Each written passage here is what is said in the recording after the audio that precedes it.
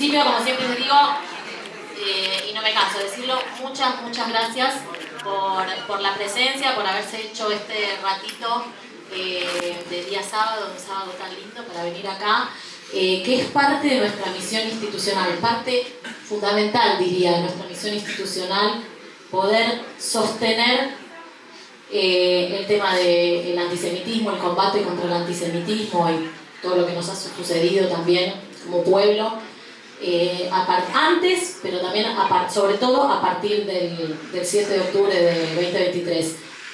El trabajo de poder sostener este tema en la agenda es de todos, porque nosotros como institución podemos pensar ideas o planificar actividades, pero si después tenemos 4 filas del microcine lleno, tenemos un problema.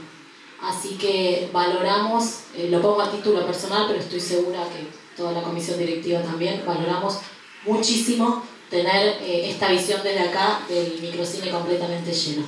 Bueno, Dani, yo te quería presentar tipo estrella de Instagram, tipo influencer, que en definitiva también lo sos, pero bueno, vos entraste como Pancho por tu casa, así que te voy a presentar un poquito formalmente.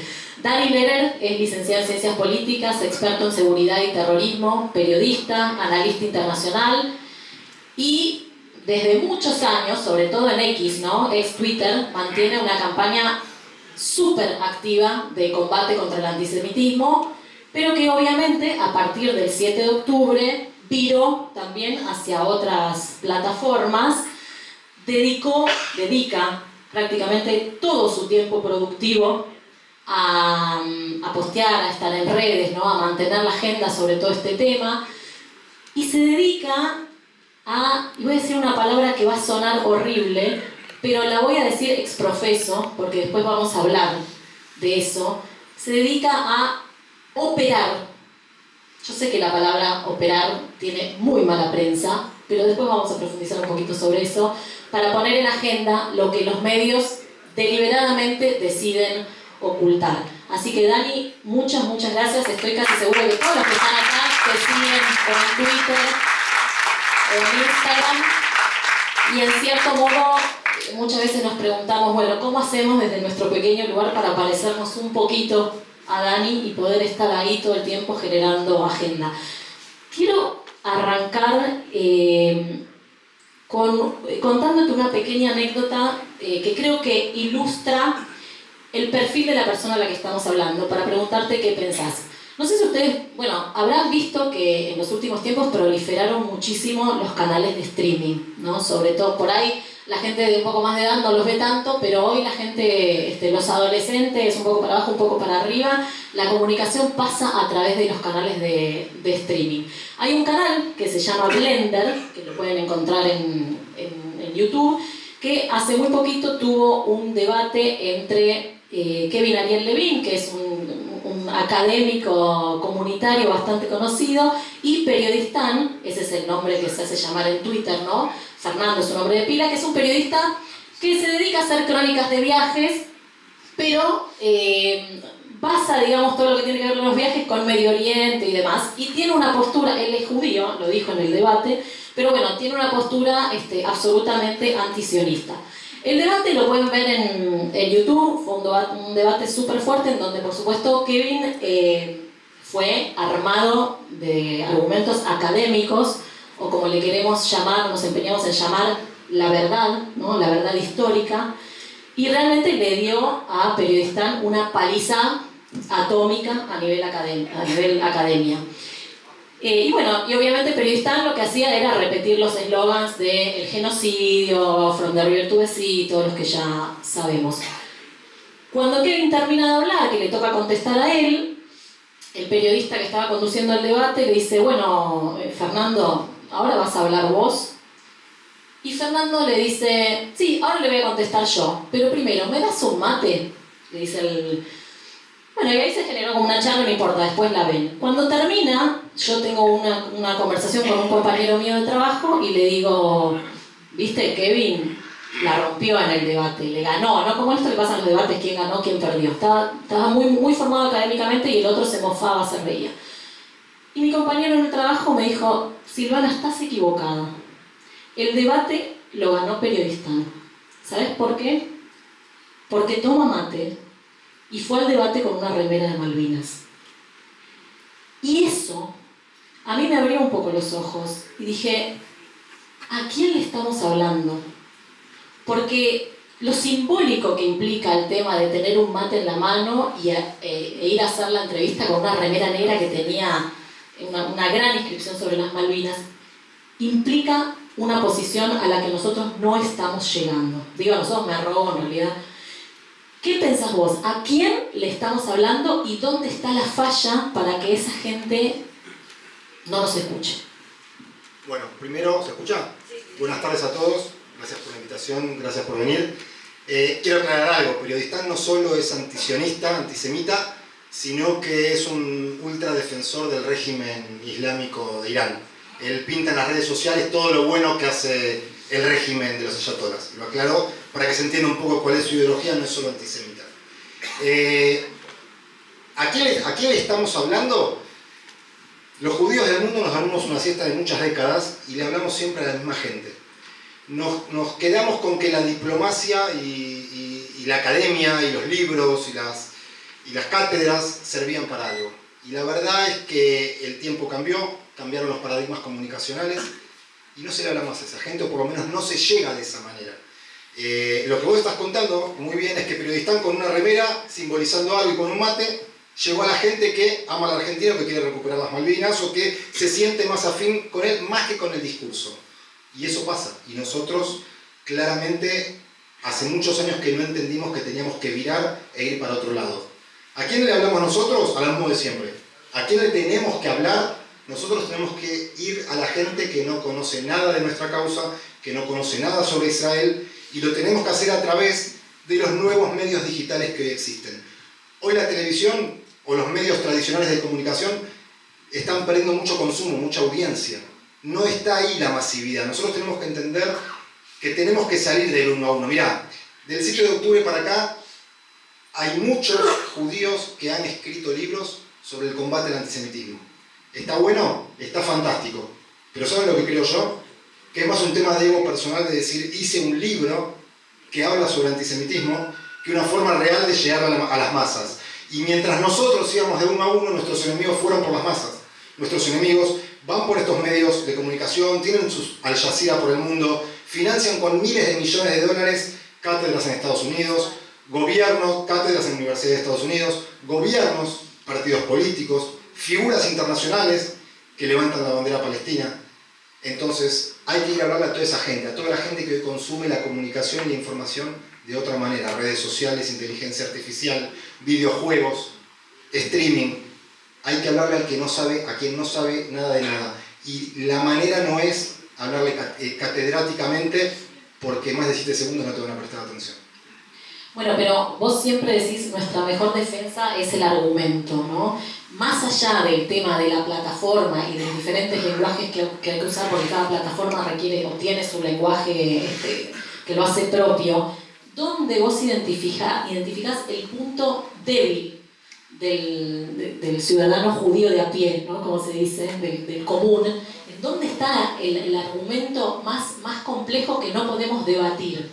¿Qué es lo que menos sabemos? ¿Dónde nos encuentran el talón de Aquiles? Es cierto que la mejor herramienta que vos tenés cuando el ataque es absolutamente irracional, te acusan de cualquier cosa de la que uno sabe que no es la verdad. Pero la verdad es explicada breve, corta, en un video de 30 segundos, en un tweet de 280 caracteres. Y cuando vos ves eso, sabés que a mí en las redes sociales mucha gente me escribe por el privado y me manda posteos antisemitas y me dice, ¿podés contestarle vos? ¿Podés decirle vos o qué le digo a esta persona? Mirá lo que dice, me ponen. Y yo sé que las personas que me lo mandan no tienen la menor idea de cómo contestarle. Pero además de esto, yo además de hacer charlas como esta, doy seminarios y vienen muchos jóvenes. Y me doy cuenta que los jóvenes no tienen la menor idea de nuestra verdad, de nuestra historia, de nuestra realidad.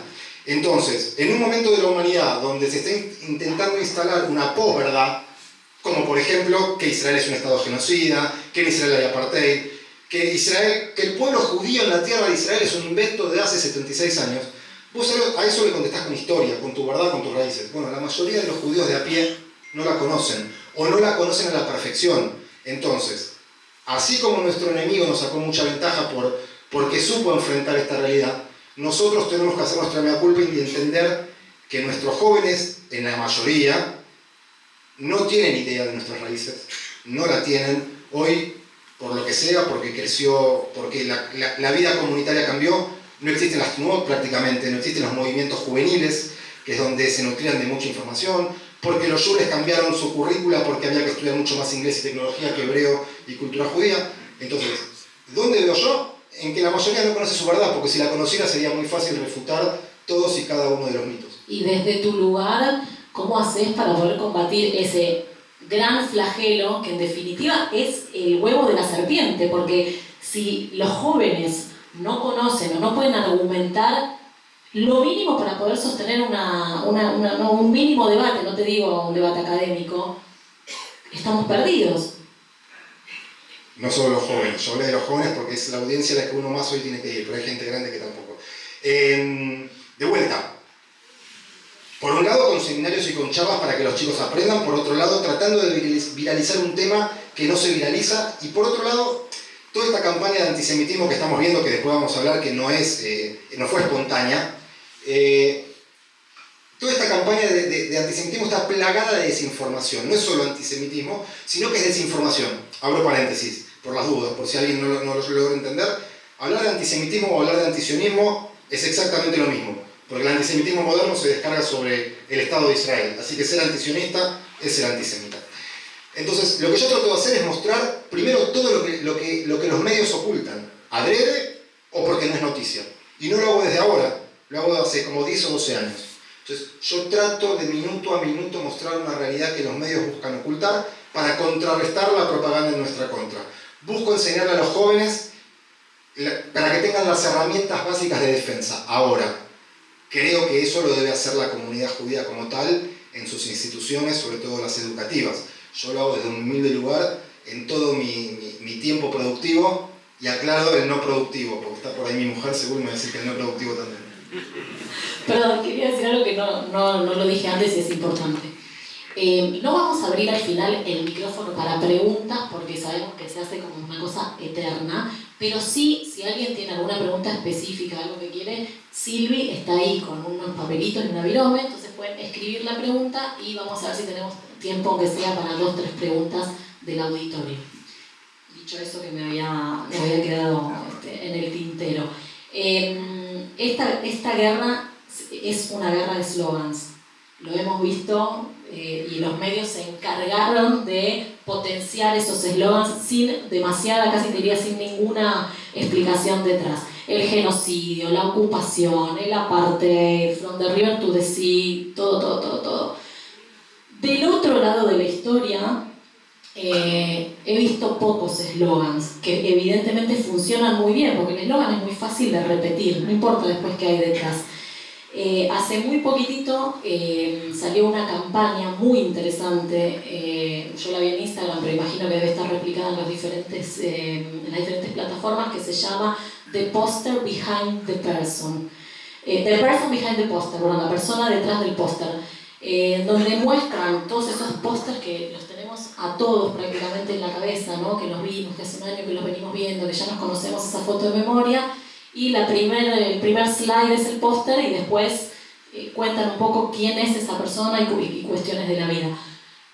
¿Cómo manejas vos el tema de los eslogans y de poder generar contrapropuestas para poder instalar eslogans nuevos? Vos tenés uno en particular que tiene que ver con esto no te lo muestran los medios internacionales. Correcto. Primero, entendamos que, lo dije antes, pero que esta ola de antisemitismo no es espontánea, sino que son años y años y años de una ingeniería social adoctrinando gente, creando una moda, que es la que hoy estamos viendo. Hoy ser antisemita es una moda. Hoy estamos viendo una unión entre el Islam radical y el progresismo que termina esta cultura woke, que por suerte vemos indicios de que estaría terminando. Digo esto porque los eslogans, obviamente que son parte de este entramado social, de esta ingeniería social, y la campaña de desinformación de la mayoría de los medios también es parte, nada es casual. Entonces a los eslogans hay que combatirlos, mostrando la verdad que echa por tierra los eslogans y creando eslogans propios. Pero ¿saben qué pasa? Justo el otro día teníamos una una reunión del FACA de algunos miembros, que Sucho, que está por ahí, estuvo, y hablábamos un poco de esto. Después vamos a hablar del FACA, pero por las dudas, FACA, Foro Argentino contra el Antisemitismo, del cual Dani es uno de los miembros fundadores, vamos a decir así. Y sí, perdón, dirijo el Foro Argentino contra el Antisemitismo junto con otros miembros. Y justamente uno de los debates era que nosotros los judíos pecamos de buenos. Siempre queremos tratar de convencer por la buena y con nuestra verdad al resto, que es una de las maneras de hacerlo, pero nos cuidamos muchas veces con las palabras. Entonces, ¿qué es lo que trato de hacer yo? De correr los mitos, porque si no parece que los palestinos siempre fueran los buenos de la película, son pobres niños todos, aunque sean grandes, las pobres víctimas, que es un poco lo que esta cultura woke quiere instalar.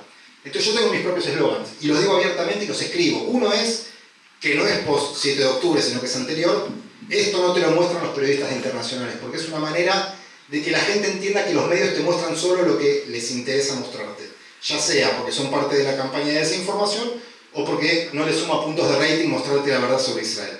Ese es uno. Otro es, que lo uso mucho, es que no te vendan la falaz causa palestina, solo pretenden la destrucción del Estado de Israel y la desaparición del pueblo judío. Porque claramente todos sabemos que la causa palestina es falsa. No estoy fijando posición, no estoy diciendo si merecen o no tener un Estado. Pero la causa palestina contra Israel es falsa. Y ahí explico por qué, cuando pongo el eslogan. Porque una verdadera causa palestina debería ser contra sus propios líderes, que rechazaron toda propuesta para tener su Estado propio, y contra los líderes terroristas, que gastaron todas las millonadas de ayuda humanitaria para crear la maquinaria bélica. Entonces, la falaz causa palestina, lo digo abiertamente, hablo de fundamentalismo, hablo de islam radical. Hay que entender, hay que llegar a que la gente entienda que no es el pobre pueblo palestino y que Israel no es genocida. Hay que hacer eslogans propios. Pero ellos tienen un eslogan muy fuerte hoy, que más que un eslogan es una imagen, y que es la bandera palestina o la kefía, el pañuelo. Repitiendo a lo que dice mucho Alejo Shapire, hoy esos emblemas pasan a ser como en su momento fue la remera del Che Guevara. Bueno, nosotros en algún momento tenemos que tratar de tener nuestros propios eslóganes, nuestros propios símbolos más allá de la bandera de Israel, del Maguen David, algo nuevo que llegue a la juventud y que atrape. Después seguramente en algún momento lo voy respondiendo, pero nosotros tenemos que llegar a que, si queremos combatir el antisemitismo, por ejemplo en los videojuegos, el 9 del FIFA, el 9 que todos los chicos quieran ser, sea un judío que juegue en un equipo de Israel, por ejemplo. Tenemos que crear nuestros propios eslogans y salir de solo lo académico y tratar de llegar solamente de esa manera con la verdad. Bueno, pero vos decías recién, no quiero dejar pasar, ¿no? Hiciste hincapié en tenemos que tratar de convencer. A mí siempre me preocupa esto de querer explicar o querer analizar Medio Oriente desde la idiosincrasia, desde la cabeza de Occidente, que es como un error del cual estamos como un poco presos, porque uno no puede salir de lo que uno es para hacer análisis. Occidente racionaliza todo, y Oriente es una cuestión de fe, y si me corres un poco, de sentimientos, es una explosión de sentimientos. Lo vivimos, o sea, cualquiera de los que haya visitado el Yuk entiende cómo se maneja Medio Oriente. La gente grita, la gente se expresa. En ese lugar prima la emoción, no prima la razón. Entonces, partiendo de esa premisa, si es que estás de acuerdo, podés no estarlo, ¿cómo manejás vos el tema de analizar, explicar y tratar de convencer con tu cabezota de Occidente lo que sucede en Medio Oriente? Primero, sí, es muy difícil comprender lo que ocurre en Medio Oriente con la cabeza de Occidente. De hecho, hoy, por ejemplo, anecdóticamente, pero está habiendo una rebelión en Siria. Rebeldes sirios ya tomaron Alepo, hoy hubo rumores de golpe de Estado en Damasco. ¿Y por qué lo cuento? Porque mucha gente me dice, ¿me explican lo que está pasando? Me escribían, no entiendo. No, es muy difícil explicarlo.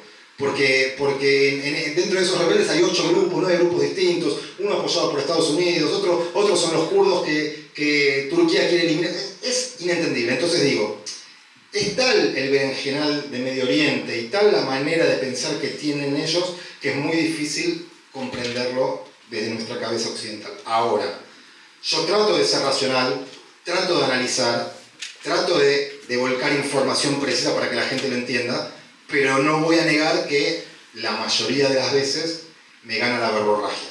Entonces, si vos me decís, desde qué punto de vista lo analizás, y yo me pongo en el medio. Un poco desde la racionalidad de Occidente, de la cabeza analítica, pero muchas veces cuando veo cada cosa que se escribe o que sucede, me sale la verborragia. Está bien, pero te voy a incomodar, tal vez. Te lo aviso para pedir disculpas de antemano. El periodismo y la verborragia no se llevan bien. En lengua serían un oxímoron, ¿no? Como que no se puede ser periodista y verborrágico, porque se supone que o sos verborrágico o analizás. Y vos obviamente tenés un ritmo de publicación muy en tiempo real, que entiendo que seguramente mucho de eso tiene que ver con la verborragia del momento. Entonces te pregunto desde tu costado periodístico y analítico, ¿qué pasa en el tiempo en el que te enterás eso, que te genera esa verborragia y esa necesidad de publicar para que las mentiras no sigan creciendo, y la parte del chequeo de la información para no mandarte una... Bien, clarísimo. Una cagada. Así se ríen. Primero, más allá de que no sea compatible la verborragia con el periodismo, yo ahí abro un paréntesis. No es compatible con el periodismo anterior. Con el periodismo que piensa lo que va a decir y no siempre dice lo que debe decir. Yo no opino igual. Para mí hoy el periodismo, ya sea a través de los medios tradicionales o a través de toda esta nueva cadena de medios, dejó de ser tan racional. Vos me hablás de lo de Blender. Hoy todos los que hablan en streaming tienen muy poca racionalidad. Entonces, yo creo que, siempre digo que hay que cambiar el paradigma en la lucha contra el antisemitismo, en la manera de hacer periodismo, en la manera comunicacional. Y yo creo que una manera es no ser tan racional y ser un poco más verborrágico. Ahora, eso no quita que cuando uno habla de estos temas, o cuando yo, lo cuento abiertamente, investigué 18 años la corrupción en Argentina, y cuando uno pasa algo al periodismo o a ciertos políticos, tiene que estar todo recontrachequeado, con lo cual una deformación profesional mía es rechequear todo y mantener la credibilidad. Así que puedo ser verborrágico, pero yo sí me tomo un tiempo mínimo para chequear todo con mis fuentes, que son innumerables, y nunca saco nada hasta después de tener un mínimo de 4 fuentes confiables que me verifican la información. Así como muchas veces hay información que tengo y no la saco por respeto. No sé, cuando se encontraron los cuerpos de los últimos 6 secuestrados que fueron asesinados, la información ya la teníamos. Y habían pedido que hasta que las familias no sean notificadas, por favor no lo hagamos. Hay gente que sabía difundirlo. Bueno, yo ahí me corro de la primicia. Ahí no me interesa la primicia, me interesa el respeto a los familiares de las víctimas. Pero si todo lo hago rechequeado, por ahí soy un verborrágico en la opinión, más que en la información, en cruzar errores de opinión o en salir a contradecir a gente importante que tiene micrófono, que tiene pantalla y que es necesario en el momento notar que están equivocados. ¿Te valió muchas cerradas de puertas esa verborragia y esa actividad tan permanente Sí, en las redes? Sí, pero más que nada a nivel comunitario, pero lo dejaremos para después si surgen las preguntas. Sí, porque así como soy verborrágico para contar lo que sucede en Israel y para defender al pueblo judío, hago lo mismo con la comunidad judía en Argentina. Y mientras muchos me dicen lo que ocurre en la comunidad judía tiene que quedar dentro de la comunidad judía, yo digo no, porque así nos manejamos y así llegamos al día de hoy, donde la lucha contra el antisemitismo en Argentina es muy mala, donde, lo voy a decir abiertamente, donde muchos de nuestros dirigentes de las instituciones centrales priorizan intereses personales por sobre los comunitarios. Y cuando los tengo que salir a cruzar, los cruzo, y eso sí me ha cerrado puertas. Bueno, después voy a entrar un poquito, cuando hablemos de FACA, voy a entrar un poquito, me voy a adentrar un poquito más en ese aspecto. Recién cuando te presentaba te dije que absolutamente intencional te llamé operador, y que generalmente la palabra operador suele estar asociada a gente turbia, ¿no? a movimientos espurios y por detrás. Pero bueno, tenés esa particularidad de que a todo le pones tu nombre y tu apellido, ¿no? Eso también hay que, digamos, todo tiene tu firma al pie. ¿Qué es ser un operador y qué es ser un operador en redes sociales? Y si tiene para vos ese estigma o no. En realidad, cuando yo digo que soy operador, que lo digo abiertamente, por eso no me molesta y para mí no es algo malo, porque repito que estamos en medio de una campaña absoluta de desinformación. Con lo cual, operar para instalar nuestros temas que otros buscan ocultar, para mí no está mal. Para mí es bueno ser operador. Lo digo con orgullo, que opero en los medios y en las redes. Pero para mí no es otra cosa que instalar temas que la mayoría de los medios tradicionales o las redes sociales no quieren que se cuenten. Entonces, yo instalo temas. Y no solo yo hago lo que ustedes ven, que es tuitear, subir a Instagram, sino que yo paralelamente lo llevo a los medios de comunicación. Por el trabajo anterior que yo conté recién que hice, yo tengo mucho contacto con la gran mayoría del arco periodístico, de productores de medios, con políticos. Entonces yo trato de instalar los temas pro-Israel y pro-comunidad judía en ámbitos del periodismo, en ámbitos políticos, que generalmente empiezan con un tuit mío. Muchas veces cuando yo le pego a alguien, 2 horas después sale la DAIA. Bueno, si yo probablemente no hubiera levantado lo que ocurrió, algunas instituciones y otros preferirían no contestar. Entonces yo muchas veces obligo con mis posteos a que el tema se toque y a que la gente de las instituciones tenga que salir abiertamente. Puntualmente en la prensa, hace muchos años que yo notaba que, por eso el eslogan, esto no te lo muestran los periodistas internacionales, que los temas sobre Israel eran muy maltratados, que se informaba cuando Israel respondía a un ataque y no cuando el ataque inicial había ocurrido. Entonces yo empecé en ese momento a aprovechar mi llegada a toda esta gente, y más de una vez yo les podría mostrar mi teléfono y mostrarle lo que un periodista está diciendo al aire en ese momento, y era textual lo que yo les había pasado. Bueno, el día de hoy, Feynman, la gente de Johnny Viale y otros tantos, todas las mañanas me llaman o para pedirme si puedo salir yo en la tele, o si, a quién le mando, y un día va Bill Maher y otro día van periodistas. Pero ¿cuál es la recepción en los medios cuando vos salís a instalar esos temas? O sea, ¿hay una apertura o la línea editorial siempre gana? Hay una apertura, no siempre, no en el 100% de los casos me dan bola, y el tema tiene que ser relevante como para que lo levanten. A ver, no voy con un tema menor, probablemente a lo sumo me den un retweet, que es mucho, porque en el mundo de las redes sociales que un periodista o un político te dé difusión vale mucho. Pero te repito, La Nación Más, TN, son habituales los llamados todas las mañanas para ver qué periodista podemos sacar desde Israel. Y usted me dice, ¿qué tiene eso de operar? Y que antes que salga Periodistán a hablar en La Nación Más, mejor que salga Gabriel Ventasgal, que salga Siva Gobrin o cualquier periodista que yo mando desde allá. Por eso sí, yo lo digo abiertamente y orgulloso, opero la causa. ¿Te tomás el tiempo para responder comentarios? ¿Qué te pasa con los comentarios? Porque es una catarata que te debe chupar una energía, te debe dejar, ¿no? Porque Sí. la impunidad, el anonimato hace que la gente diga cosas que de ninguna manera se atrevería a decir en ningún otro marco, ni que hablar ni que hablar. Intento contestar todo, también contesto los mensajes privados, que la mayoría de la gente de la comunidad me manda por Instagram más que por Twitter. Intento, muchas veces, perdón si alguno pasa, pero son miles por día.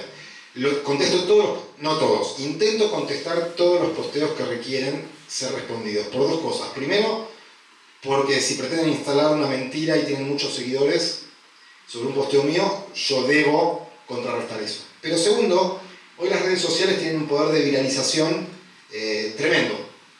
Yo tengo seguidores de toda Latinoamérica, de Estados Unidos, de España. A veces, esto lo digo fuera de todo ego, a veces hago un tweet sobre algo puntual que pasó en Israel y me llega una alerta que un medio ruso, que no entiendo lo que dice, porque no entiendo las letras rusas, levantó un tweet mío con una noticia. Entonces digo, hoy el alcance de las redes sociales es casi infinito. Entonces, muchas veces me dicen, pero ¿para qué le respondes a alguien que tiene 2 o 3 seguidores? ¿Sabes por qué le respondo? O que te insulta. Justamente porque es una parte de la forma en que yo hago mi trabajo. Yo a quien me insulta le contesto con argumentos, porque mi contestación no la ve solamente quien me insultó, la ven millones de personas a través de un posteo. Así funcionan las redes sociales.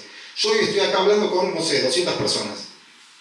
Imagínense si las 200 personas ven mi comentario y lo retuitean, esto es exponencial. Entonces me tomo el trabajo de contestar la gran mayoría. Recibo muchos insultos, muchísimos. Me encanta. No, pero de verdad me gusta. Al principio no. Al principio lo tomaba como algo personal y me molestaba. Hoy lo tomo bien porque quiere decir que estoy molestando. Que estoy molestando contando la verdad y además que me sirve para exponer que no tienen argumentos.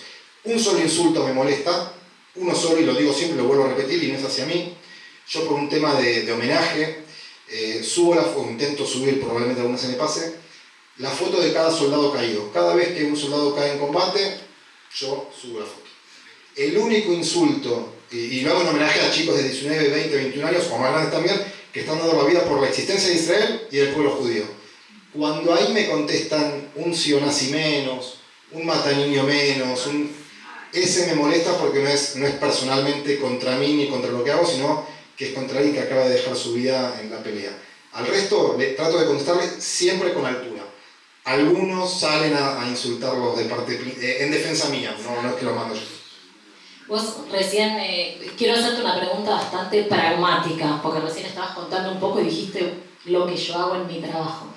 Porque esto, además de ser una causa en la cual vos militás, también es un trabajo, porque te requiere, como decíamos recién, ¿no? Todo tu tiempo productivo e improductivo también. Siempre productivo, siempre productivo. Entonces, la pregunta pragmática es, ¿cómo es tu día de agenda, no? ¿Cómo te levantás y decís, bueno, hoy voy a hacer sobre esto, voy viendo sobre la marcha, dejo que fluya? ¿Cómo? Digo, porque también nos puede nutrir a nosotros, que con nuestras redes sociales tenemos ahí como un universo a la mano y no sabemos muy bien por dónde empezar, o simplemente elegimos hacer un posteo por día para no dejar de ser parte. Yo intento tener alguna idea de cómo va a ser mi día y trato de tener alguna especie de agenda hacia dónde voy a ir comunicacionalmente. Obviamente también dependiendo de los días, si es algún aniversario de algo, si ocurrió algo en particular, si hay un acto, si con el FACA hicimos alguna actividad que merece hablar sobre el tema. La realidad es que como yo, además de hacer posteos emotivos o que intentan llegar, trato de mostrar información, la realidad es que lo que generalmente ocurre es que la realidad me pasa por encima y lo que yo pensaba hacer lo tengo que correr a un costado y tengo que salir con otras cosas prioritarias para mostrar lo que ocurre. Es muy difícil, yo me levanto a las 6 de la mañana y ya empiezo con esto. Al margen, yo estoy representando a una cadena israelí que se llama Veo Israel, no sé si algunos la siguen, y encima con la diferencia horaria y con los días no laborables distintos, se hace difícil tener una agenda propia armada. Intento. La realidad es que antes del 7 de octubre la podía tener, después del 7 de octubre es más complicado, a partir del cese del fuego vuelve a ser un poco más fácil tener una agenda porque los acontecimientos son más espaciados. Vas saltimbanqueando en diferentes redes sociales. Vos venís de X, ¿no? De ex Twitter, desde hace muchos años, mucho antes del fatídico 7 de octubre. Por eso lo llamo Twitter, no ex. Bueno, sí, yo también. Yo le digo Canning a Scalabrini, así que está bien. Pero bueno, ¿qué te pasó con Instagram? Porque vos tenías fotos personales en Instagram, usabas el Instagram para la joda, y de repente viste ahí un nicho de una llegada, ¿no? Porque Twitter obviamente es una plataforma política, ya lo sabemos. Sí. Pero Instagram tiene sus bemoles. ¿Qué te pasó con ese cambio? O si haces copy-paste y el mismo lenguaje que utilizás en Twitter, ahora que no hay, que se puede escribir todos los caracteres que vos querés, haces copy-paste o simplemente pensás qué escribir para cada lenguaje. Podés escribir todo lo que quieras y pagás, si no tenés 280. No soy usuaria de Twitter. Muchas veces copio por un tema de rapidez y desinformación pura. Pero si no, claramente hay que adaptar el lenguaje a cada plataforma. De hecho, Instagram y Facebook te voltean la mitad de los posteos. Entre las denuncias y las posibles imágenes y el lenguaje, y hay que escribir todo con asteriscos para que los sistemas no detecten que estás escribiendo jamás, etcétera, etcétera. Ahora, vuelvo al inicio de la pregunta. Yo vengo del mundo Twitter porque lo que hacía meritaba tener Twitter, porque Twitter es el motor informativo del mundo. Las 2 primeras semanas del post 7 de octubre, mis tweets tuvieron, tanto la primera como la segunda, 50 millones de visualizaciones. ¿Y por qué? Porque fui el primero, o uno de los primeros, que empecé a mostrar las imágenes crudas como ocurrían el 7 de octubre. Mientras muchos propios me insultaban por privado de que eso no se mostraba, yo pedía perdón por mostrar ciertas imágenes, pedía perdón por todos nuestros hermanos, pero decía que lo que no se veía no había ocurrido.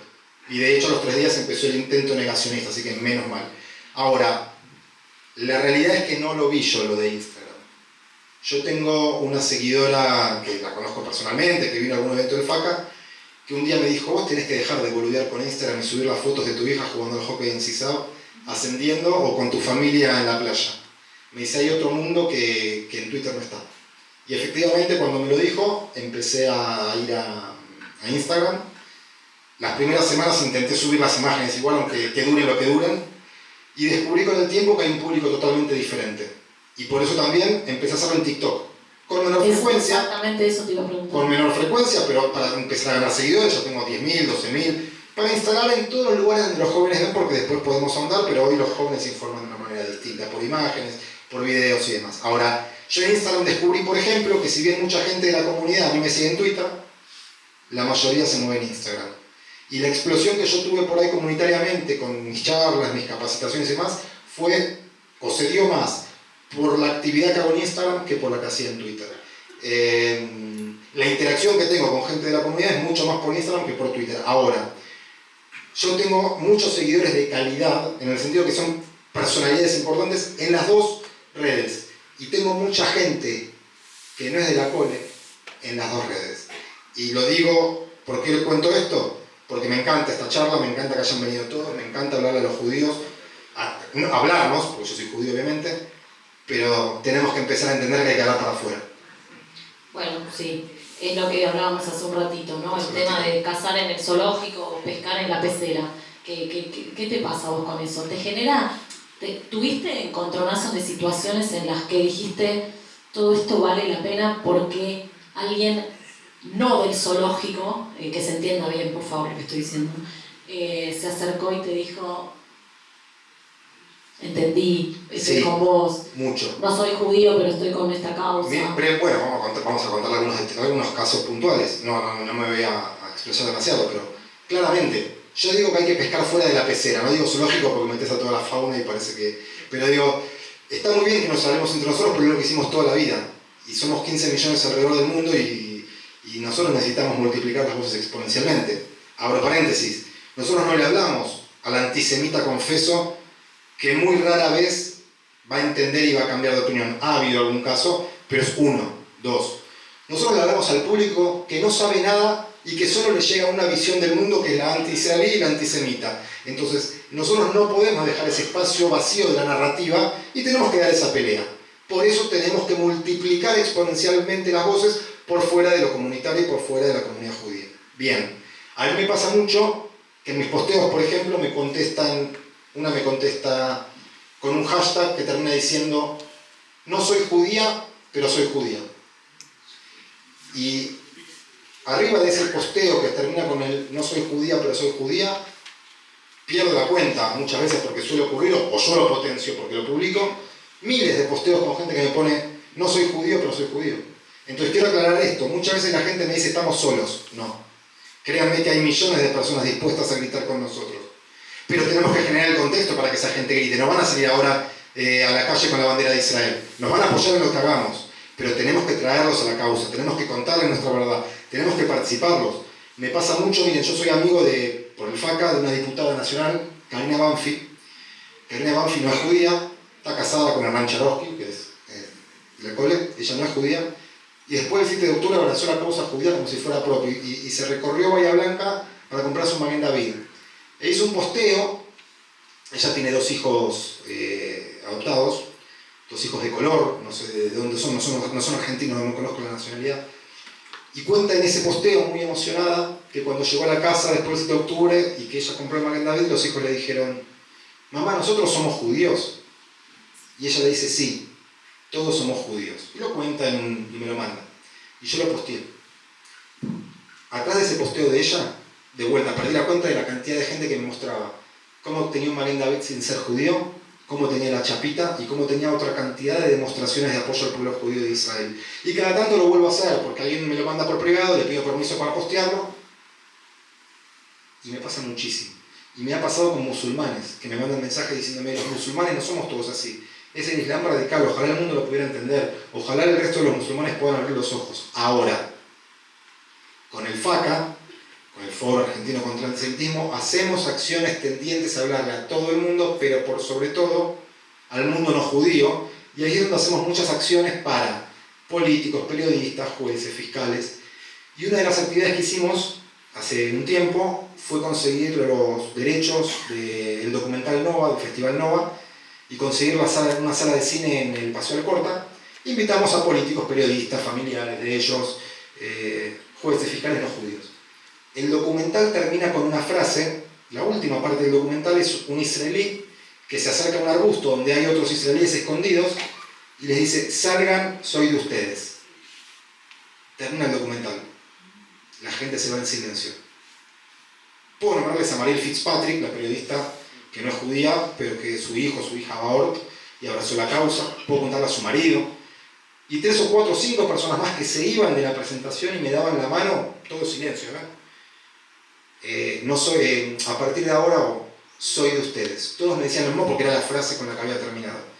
Así que me ha pasado muchísimo y me pasa todos los días de no judíos que abrazan la causa. Recién hablando de la exhibición se me vino a la mente la presentación que hizo la Embajada de Israel del famoso video del cual se habló un montón, pero no se proyectó tanto como se habló, de esos 45 minutos terroríficos de imágenes absolutamente crudas tomadas por los mismos terroristas el 7 de octubre que iban con sus webcams tomando todo, con su GoPro y demás. Y a mí se me generó muchas veces este debate moral, que yo igual tengo una posición tomada recontra, o sea, no tengo duda en esto de se puede mostrar, no se puede mostrar las imágenes, no corresponde mostrarlas porque hay que tener respeto por las víctimas.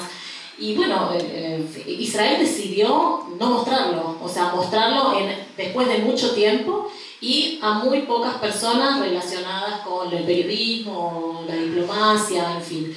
¿Qué pensás vos de esto? ¿Te parece que perdimos mucho tiempo? ¿Te parece que debiéramos haberlo mostrado inmediatamente con la misma rapidez con la que lo mostró el mismo Hamas? Lo respondí antes, yo lo hice. Yo el primer día empecé a mostrar las imágenes crudas. De hecho, yo fui invitado, yo estuve en la embajada viendo el video de 45 minutos y les debo decir que no vi nada nuevo, vi 2 imágenes nuevas respecto de todo lo que subí yo los primeros días. Con lo cual, yo entiendo que la embajada, por un tema de respeto a los familiares, deba pedir permiso para mostrarlo, pero yo no. Yo pido perdón, pero lo muestro. Yo considero que el mundo debe ser testigo, porque, repito lo que dije antes, lo que no se ve no ocurrió, y a los pocos días vimos la explosión de una ola de antisemitismo feroz, que además intentaba negar lo que había ocurrido, o que intentaba decir que los chicos del Festival Nova fueron asesinados por helicópteros Apaches del ejército de Israel, o que intentaba decir que no había habido bebés quemados, o intentaban negar todo. Entonces, yo digo que sí, que pidiendo el perdón necesario hay que mostrar, y por eso lo hice. No me puedo meter en qué ha hecho la embajada, que tampoco es responsabilidad de la embajada, en realidad es el Estado de Israel, porque ese video primero lo mostró Israel a diplomáticos en Israel y después lo distribuyó con ciertas instrucciones a las embajadas del mundo. Pero Israel perdió un tiempo valioso. Pero perdimos un tiempo valioso. Perdimos un tiempo valioso y no voy a ser tampoco ingenuo. Aunque lo hubiéramos mostrado, que para mí sí hay que mostrarlo y por eso lo hice, la compasión con Israel y con el pueblo judío duró pocos días. Los primeros días el mundo decía, estaba asombrado por la masacre de Hamas. Y a los pocos días ya Israel no había puesto un pie en Gaza el ejército, e Israel era un estado genocida que respondía de manera desproporcionada. Entonces digo, para mí no solo había que mostrarlo, sino que todo el tiempo, y yo lo hago cada vez que puedo, vuelvo a subir alguna de las imágenes, para que recordemos cómo empezó todo. ¿Hay contenidos en redes que te preocupan más que otros en el sentido de, hay contenidos que vos crees que son absolutamente coyunturales y que se van a caer por su propio no peso, ¿no? Y hay otros que te preocupan porque sentís que están más arraigados? Sí, hay muchos que están arraigados, pero más que con las redes sociales tiene que ver con esta moda. A mí me duele, hay mucha desinformación en las redes también, y hay mucho material, muchos posteos que tienen que ver con muertos, con chicos quemados, con lo que nosotros llamamos Pallywood. Pallywood es el Hollywood palestino. Yo no estoy diciendo que no hay víctimas civiles, no estoy diciendo que no hay chicos muertos, porque en una guerra, lamentablemente, todo sucede. El ejército de Israel es el ejército más moral del mundo, debe ser el único ejército que avisa, panfletea, hace miles de llamados telefónicos antes de atacar. Pero los terroristas usan a los propios como escudos humanos, con lo cual no soy ingenuo que hay vidas en la media. Pero lo que yo noto antes del 7 de octubre, si querés, para diferenciarlo, es que hay una campaña en redes muy difícil de desmantelar, que es cuando suben imágenes falsas, por ejemplo, suben chicos mutilados, muertos, que cuando vos buscas la información real son de la guerra siria de hace 10 años, ¿sí? O te suben videos, había un usuario de Twitter que se llamaba Hoy Palestina, con muchísimos seguidores a nivel mundial, y ahí está el problema, que te subía un intento de atentado en un puesto militar y que en lugar de mostrar el atentado decía un joven palestino acribillado por la fuerza, por el ejército israelí, por el ejército sionista de ocupación. Y cuando veías el video completo veías como ese joven, pobre joven palestino acababa de intentar acuchillar a 3 soldados, ¿no? Entonces uno muestra la verdad, pero a veces no es proporcional, porque luchamos contra un monstruo muy grande, y hablo de lo comunicacional y de la desinformación. Entonces hay un contenido ficticio y de mentira que me preocupa, porque es muy difícil de luchar contra ellos si no lo haces todos los días, y porque las redes sociales en particular no castigan. Así como te digo que a mí me bajan cualquier posteo de Instagram, me pueden insultar, porque no se imaginan los insultos que recibo de privado, que cuando los denuncian te dicen que no han cometido ninguna irregularidad. Y ni hablar en Twitter, los que tienen Twitter saben que podemos denunciar 3 días seguidos las peores barbaridades que suben y no hay manera de que suspendan. Sí, hay mucho. Quiero meterme un poquito en FACA, ¿no? En el Foro Argentino contra el Antisemitismo. Sin anestesia te quiero preguntar, ¿te decepcionaron las instituciones centrales de la comunidad judía? ¿Por qué nace FACA?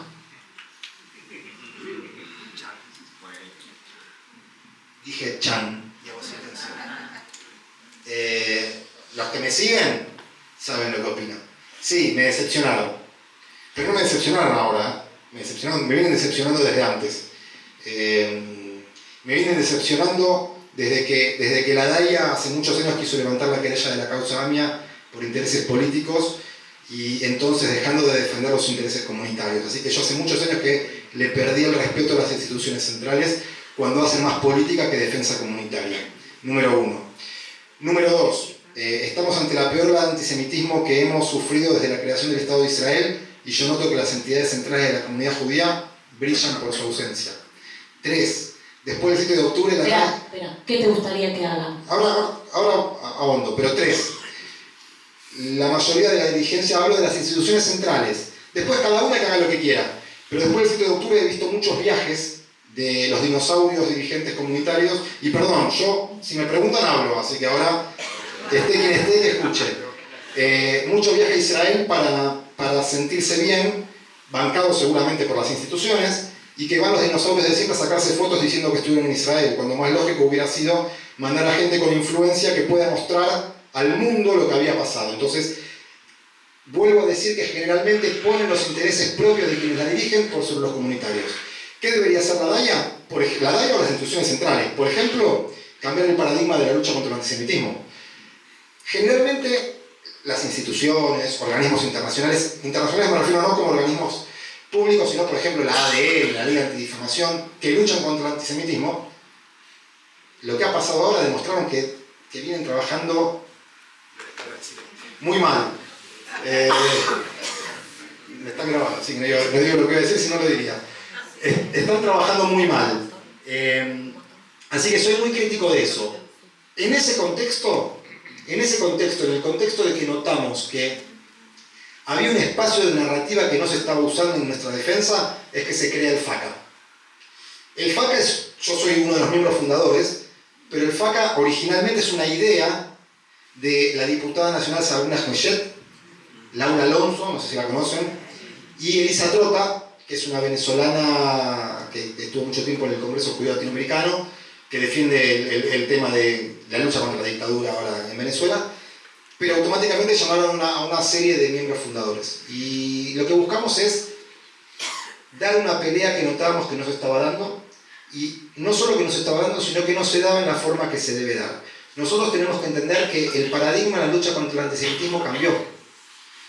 El antisemitismo nos lleva miles de años de ventaja. Y lo que vimos en las universidades de Estados Unidos y lo que vemos en Europa, nos demostraron que en las últimas décadas nos sacaron más ventaja. Mientras, ¿cuál es la lucha que damos nosotros? Nos sacamos fotos con un embajador. La diplomacia. La diplomacia. Y la diplomacia es parte, porque tenés que garantizar la seguridad de tu pueblo, pero la diplomacia hoy es un 1% de la lucha contra el antisemitismo. Y nuestras instituciones no fueron capaces de ver ese cambio. Doy un ejemplo más, y lo digo abiertamente porque lo posteo. Entonces, la DAIA hace poco acaba de premiar a periodistas por su lucha contra el antisemitismo. ¿A qué periodistas? a los que levantan lo que mostramos nosotros en las redes, y no pretendo que me premien a mí porque yo estoy peleado con esta Daya, no me iban a premiar. Pero hay muchos más que como yo ponen la cara, pelean día a día y nutren a los medios de la información para que se sepa. Y la Daya no lo vio porque premia a gente que apenas se habla del tema. Entonces digo, la dirigencia comunitaria de las entidades centrales están absolutamente fuera de foco. Nosotros con el FACA, yo hice una encuesta hace poco y pregunté, ¿quién hizo más en este último año, a tu criterio, por la lucha contra el antisemitismo? ¿La Daya, la Liga Antidifamación, el FACA, otro? Y que pongan lo que quieran. Y ganó el FACA por escándalo, y segundo salió otro, las redes sociales. Entonces, digo, ahí se crea el FACA. Y con el FACA hicimos una serie de acciones que no requieren mucho dinero, ni que no requieren mucha movilización. Los judíos no movilizamos. No movilizamos. Yo estoy viajando mucho a Uruguay, estoy dando charlas en Uruguay, estoy dirigiendo una especie de FACA en Uruguay. Y los primeros días me decían, no, tenemos que salir a la calle y movilizar y movilizar. Los judíos no movilizamos. Movilizamos para el aniversario del 7 de octubre, puntualmente para eso. Y tenemos que cambiar el día, porque si cae domingo, estamos en los countries. O sea, no va por la movilización nuestra lucha. Pero con pocas cosas se puede hacer mucho. Cuando notamos que había habido hechos de antisemitismo en el fútbol amateur, los chicos de CISAB fueron víctimas de uno de ellos, automáticamente a mí se me ocurrió y empezamos con nuestra gente que forma el FACA, porque en el FACA ¿qué tenemos? Contactos. Políticos, periodistas, contactos. En su momento estaba el CEO de Paramount para Latinoamérica, así que cuando estamos actrices, levantan un teléfono. Tenemos directores de cine como Daniel Burman. Entonces, solo es ideas, porque el FACA no tiene dinero. Entonces, así por ejemplo, pintamos, no sé si vieron, Estado de Israel y Palestina para el Día de la Mujer de rosa, y pusimos los nombres de las secuestradas, y lo hicimos un día antes del Día de la Mujer para que se viralizó por el mundo. Porque el tema no era llevar gente, el tema era hacer una actividad que hoy lo vea el mundo por las redes sociales. Y así hicimos una campaña contra el fútbol, que es lo que decía, con futbolistas, pidiendo para que no haya antisemitismo, y lo mismo hicimos con actrices y deportistas mujeres famosas con el Día de Ni Una Menos. Entonces, no, y la campaña también de las obras en construcción. Y después hicimos una campaña que debo decir que cuando la hablamos dentro del grupo coordinador, yo dije, esto no va a servir para nada. Así que yo era escéptico. Y fue furor. Logramos primero, conseguimos una serie de desarrolladores inmobiliarios que pongan unos carteles o banderas que digan, construyamos un país sin antisemitismo. Pero ¿qué hicimos? Lo importante hoy son las redes sociales y la viralización. Lo viralizamos y usamos a nuestros periodistas, tenemos periodistas de primer nivel, los que se les ocurre en el FACA, y todos levantaban lo que había ocurrido o hacían notas. Ese mismo día tuvimos 200 constructores que nos pedían el archivo para hacer la bandera, y siguió creciendo exponencialmente. Tuvimos que hacer como 10 videos más. Y nos llamaron de Uruguay, y nos llamaron de Miami, y nos llamaron de España para pedirnos permiso para replicar la acción. Y eso no requirió más que esto. Entonces, ¿qué necesita la comunidad judía o las entidades centrales? Abrir las puertas a la gente que quiere hacer y no cerrarlas. ¿Ese es para vos el cambio de paradigma? No, el cambio de paradigma es el modo de luchar contra el antisemitismo, pero el cambio de paradigma de las instituciones es no cerrarlas en sí mismas y abrirse. Cuento esto anecdóticamente porque todos lo saben. Cuando nosotros creamos el FACA, ¿qué debería haber hecho la Daya? Llamarnos. Mínimamente, más allá de llamarnos, debería haber celebrado que nuevas voces, y sobre todo no judías, se sumen a la lucha contra el antisemitismo. La Daya sacó un tuit diciendo, recuerden que la única entidad de la comunidad judía que lucha contra el antisemitismo o la que es la Daya. FACA. Agrego algo más. Sí, yo te voy poniendo con... No, lo último que digo, llamó a dos de las creadoras para en criollo apretarlas para que no se metan en el camino de la Daya, de lo que hacía la Daya. Entonces, esa no es la manera de luchar. Creo que respondí lo que deben hacer las instituciones. Dani.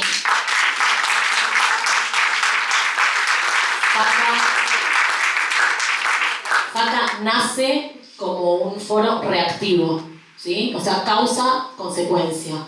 Después empezaron a tener como estas intervenciones muy importantes en viralización y en medios. ¿Cuál es el mediano plazo de FACA?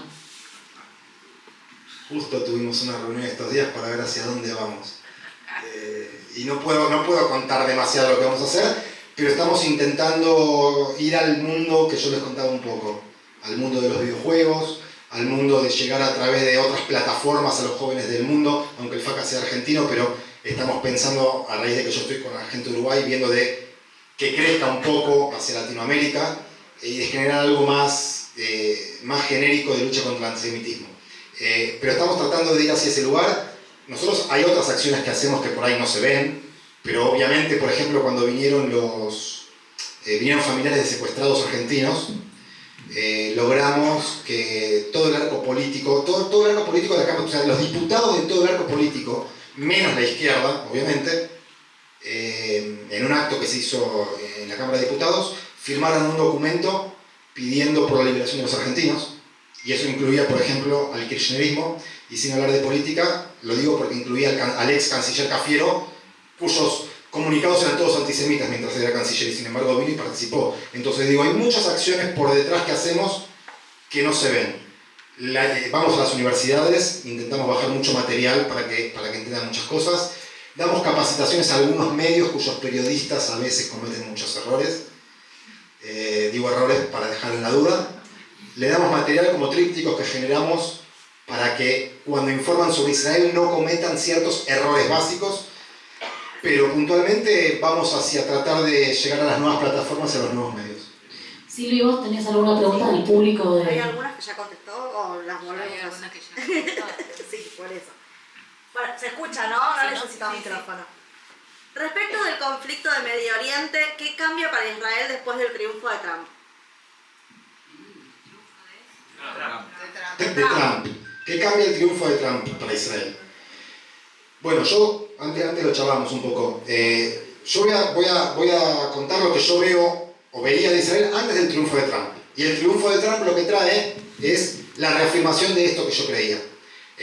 Yo veo que Israel de este conflicto sale muy fortalecido, pero muy fortalecido geopolíticamente hablando. No hablemos de sus temas internos, de sus problemas internos y demás. Pero geopolíticamente hablando, Israel le acaba de dar una lección al mundo de cómo se enfrenta al terrorismo y de cómo se defienden los valores de Occidente. Israel no solo derrotó militarmente a Hamas, obviamente que todavía faltan 101 secuestrados, pero Hamas militarmente no existe, ni siquiera es una guerra de guerrillas, son pequeños focos aislados que todavía siguen en combate.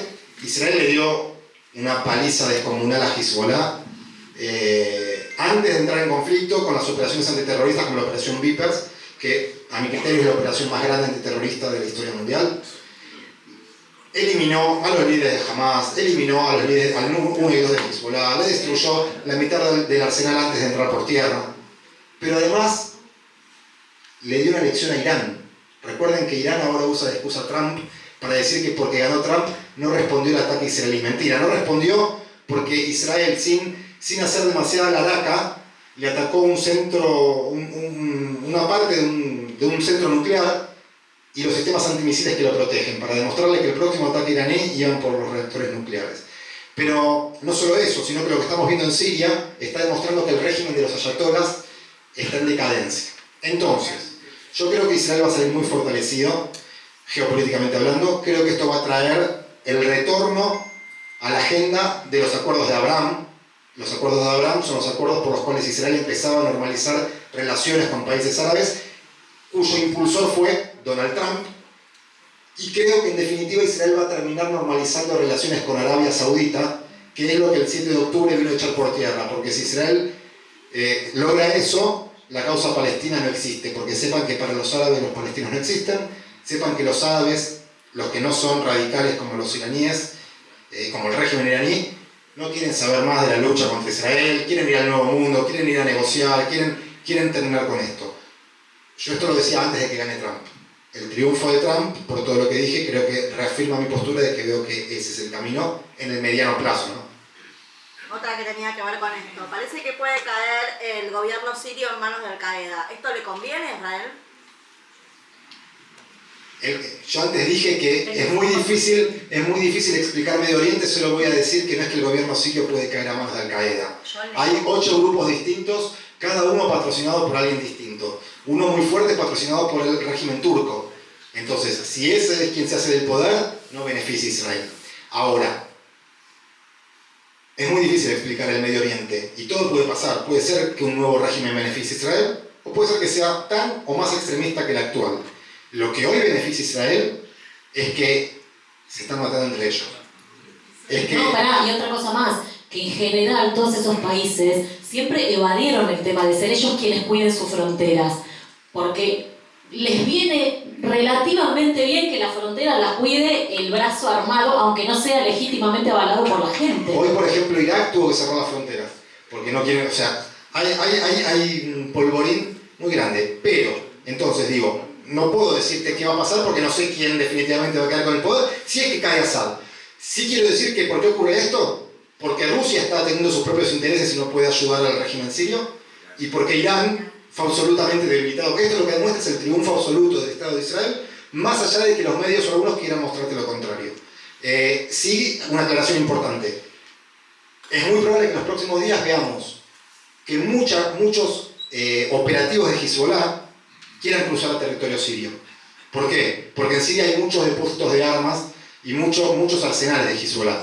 Y para cruzar el territorio sirio tienen que pasar por el medio de las fuerzas de defensa de Israel. Entonces no sería extraño que algún incidente menor termine echando por tierra el cese al fuego. Lo tiro como algo probable que no necesariamente deba ocurrir. El famoso ups. Correcto, igual Israel sigue atacando dentro de lo que le permite la tregua, sigue atacando depósitos o cuando ve alguna actividad sospechosa, Israel por el acuerdo firmado puede seguir atacando. Nos llevó acerca de una serie libanesa en Netflix donde demonizan al ejército israelí para firmar para que no la pasen. ¿Eso sirve? ¿Es real la firma en las redes sociales para que no pasen algún tema? No sabe, no contesta, no me consta. Nunca tuve la suerte de conseguir o de ver que alguien que haya propuesto firmas para algo, para alguna causa, logre su cometido. No lo sé, pero lo que abunda no daña. Si firmar puede llegar a servir, firmemos todos. Pásenme el link y firmo. Estuvo circulando toda la semana el link. No lo vi. No me digo. Perdón, ¿sabes lo que ocurre? Creo que ahora que lo decís, que estuvo circulando, sí ocurre. Lo que pasa es que lo que hacemos mucho los judíos es tenemos muchos grupos de catarsis. Yo debo estar en 200 grupos donde se hace mucha catarsis. Se activa poco, pero todos hablamos, ¿vieron lo que dijo este? ¿Vieron? Y probablemente son esos que a veces pasás de largo y no lo vi. Vamos con las últimas, ¿sí? El gobierno de Netanyahu fomentó la grieta en la sociedad israelí y fomenta el antisemitismo. No escuché al principio. El gobierno de Netanyahu. El gobierno de Netanyahu fomentó la grieta en la sociedad israelí y eso fomenta el antisemitismo. No. No mates al mensajero, yo transmito información. Yo respondo, yo creo que tenés un papel, no estoy yo la pregunta. No. ¿Por qué? Hay que entender que una cosa es criticar a un gobierno y una cosa es criticar al Estado de Israel.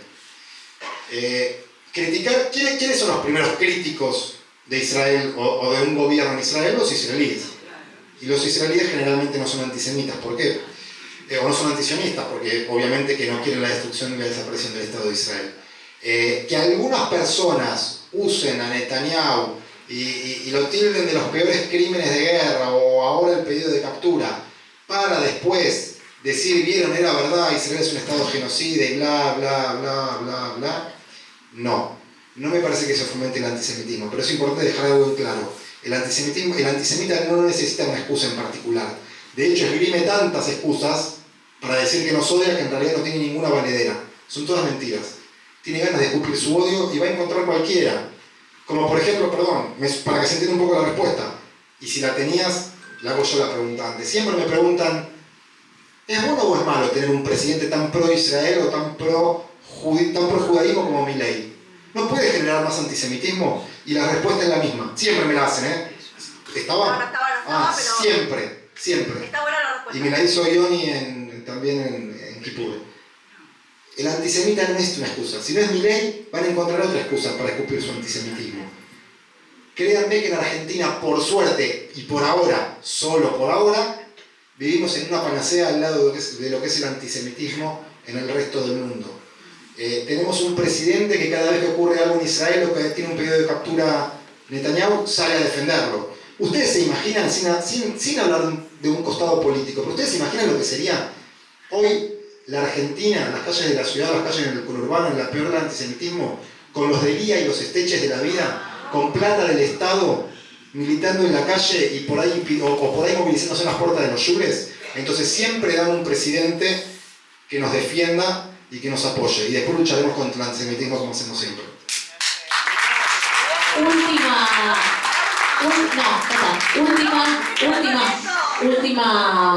Última pregunta, Dani. Estuvimos hablando toda la noche de los eslogans, ¿sí? Hay uno particularmente que para mí tiene mucha fuerza, una frase, no sé, llamarle como quieras, que tiene mucha fuerza, y me pregunto si no sería bueno profundizar en ese eslogan y tomarlo como bandera para empezar a potenciar la causa contra el antisemitismo, y es que Israel es la trinchera de Occidente. Explícalo, contalo, ¿cómo lo ves? Entendamos que este movimiento radical que han creado, el Islam radical con el progresismo, que se escuda detrás de una bandera supuestamente de defender a los históricamente discriminados, es solo una bandera, no defienden nada, y en realidad es un movimiento radical, ¿no? Y ese movimiento radical empezó por los judíos, empezó con el antisemitismo. Pero lo que empieza por los judíos no termina por los judíos. Claramente que van por Occidente. Muchos lo entienden, muchos no. Pero sí noto que lo que al principio muchos entendían de que Israel es esa primera barrera de contención contra los que van por Occidente, los que van por nuestras libertades, hoy noto que con el correr del tiempo volvió a ser solamente la causa judía. Entonces, es probable que sea un eslogan a profundizar, pero yo noto que no pegó. Yo noto que al principio sí y después fue más difícil que la gente logre entenderlo. Por ahí se nota un poco más cuando empiezan a aparecer como las cosas como el pogrom en Ámsterdam, donde si bien fue contra judíos, en los días subsiguientes, cuando ya no estaban los hinchas de Maccabi Tel Aviv, siguieron. O cuando en París vemos ciertas manifestaciones. Creo que tiene un potencial, creo que deberíamos trabajarlo, pero de una manera... los campus de las universidades. Obviamente, pero de una manera muy fuerte, porque en el primer intento que se hizo, la verdad es que no impactó. Es la realidad. Muchos lo compraron, pero masivamente no pegó. Dani, muchas gracias por dedicarnos este rato largo, por ayudarnos a pensar de que cada uno de nosotros tome su pedacito de red social para ser soldados de esta guerra mediática. Tengo un regalito para vos que creo que está acá. Pero mientras, muchas gracias a todos, y lo que dijo es esencial. Hoy la lucha la damos cada uno de nosotros. Hoy nosotros tenemos un micrófono o una cámara, que son nuestras redes sociales, que son nuestras reuniones, que son nuestros amigos. Multipliquemos las voces sin miedo. No es un momento para cobardes, es un momento donde está en juego nuestra propia existencia.